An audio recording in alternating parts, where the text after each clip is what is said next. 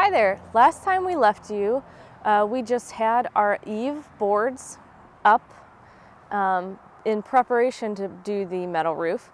So since then, we have gone through the whole process of putting the metal roof on. So what we did first was we put these eave trims in place, the metal trim that goes over the side of those eave boards. And then after that, the panels went on, the big long panels here that cover most of the roof. And then after that, the flashing pieces that go on top, end wall, sidewall flashing, rake trim, and this ridge cap at the top. So putting on a metal roof turns out that it's really pretty complicated, and we didn't really know what we were doing when we got into this. So it took us several rounds of ordering to get everything that we needed. When you do things like rake trims, if you can see this very ends of the house, those are folded over really nicely into a cute little box. And that protects from water, and it just gives it a nice finished look at the end. Well, we didn't know really that that was a thing, so we didn't order enough length on those rake trims at first. We just ordered barely long enough to cover the ends. So we ended up having to make another order for those. We didn't get quite enough eave trim the first time. We didn't know the difference between end wall and sidewall flashing. So little education for you. Apparently, where this dormer ends here, on this plane that we're looking at right here, that is an end wall. And it's different than the side that faces forward and the side that faces back. Those are sidewalls. And the flashing is different for both of those types. So we didn't know that. We had, what do we have, all end wall or all sidewall flashing at first? Sidewall. We had all sidewall flashing. We didn't get any end wall flashing. So then we had to order that, and I think that wasn't enough, and so we had to order more. And the ridge caps, there are two different pitches of roof out there, so we had to get two different ridge caps, which we didn't at first. And then we didn't ever get the right one, I think. We just had to bend it ourselves, and it was kind of crazy. So this has been a pretty long process. I don't know, what do you say, Kevin, like 3 weeks maybe?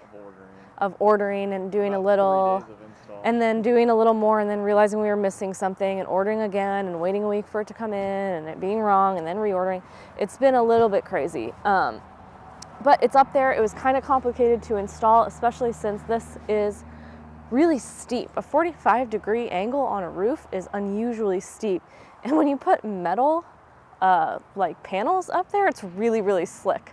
So once we had those up, it was really difficult to do anything up there. It's tall. We didn't have a ladder that was really tall enough to do that, and it was just kind of scary. So when we did the ridge cap, basically what we did, and I think when we installed the screws on the panels too, we just popped out that little hole up there for the skylight and crawled over and just scooted across the top and put in the screws. And when the ridge cap went up, we used the end trim. What's that called? I already forgot what it's called. The foam stuff. Oh yeah, closure strips. The closure strips that go up there. So we had 3 people, and we handed up the ridge cap, set it on top, marked where it ended, took it back off, cut it down to size, put the closure strips up there, peeled off the adhesive, set the ridge cap back up, scooted across it to be able to screw it in. And we had this crazy nonsense where we had a ladder at like a 45-degree angle so we could climb out there and do it. It was really complicated, but we figured it out. No one died. That was kind of a big hurdle that we were really dreading doing. We had no idea how we were going to make that happen, but we figured it out. We're all still here, and now we have a roof. So it looks really cool. Also, I know you can't see this, but on top of the dormer roof up there, there is a skylight. We talked about that, and we didn't do any video of us installing that skylight or the flashing because there was nowhere to go up there, so it was really hard to get any photos or video. But we basically started at the front of the dormer roof, worked our way toward the back, and when we got near the skylight, we stopped the roof, installed the skylight with its own flashing kit, which was a little bit weird and complicated, lots of pieces, and then continued on with the rest of the green roof that sort of married up with the skylight flashing kit. So that's in, everything's closed in, and we've had a couple of times where it's rained and we have no leaks. So now we have a roof. It's pretty awesome.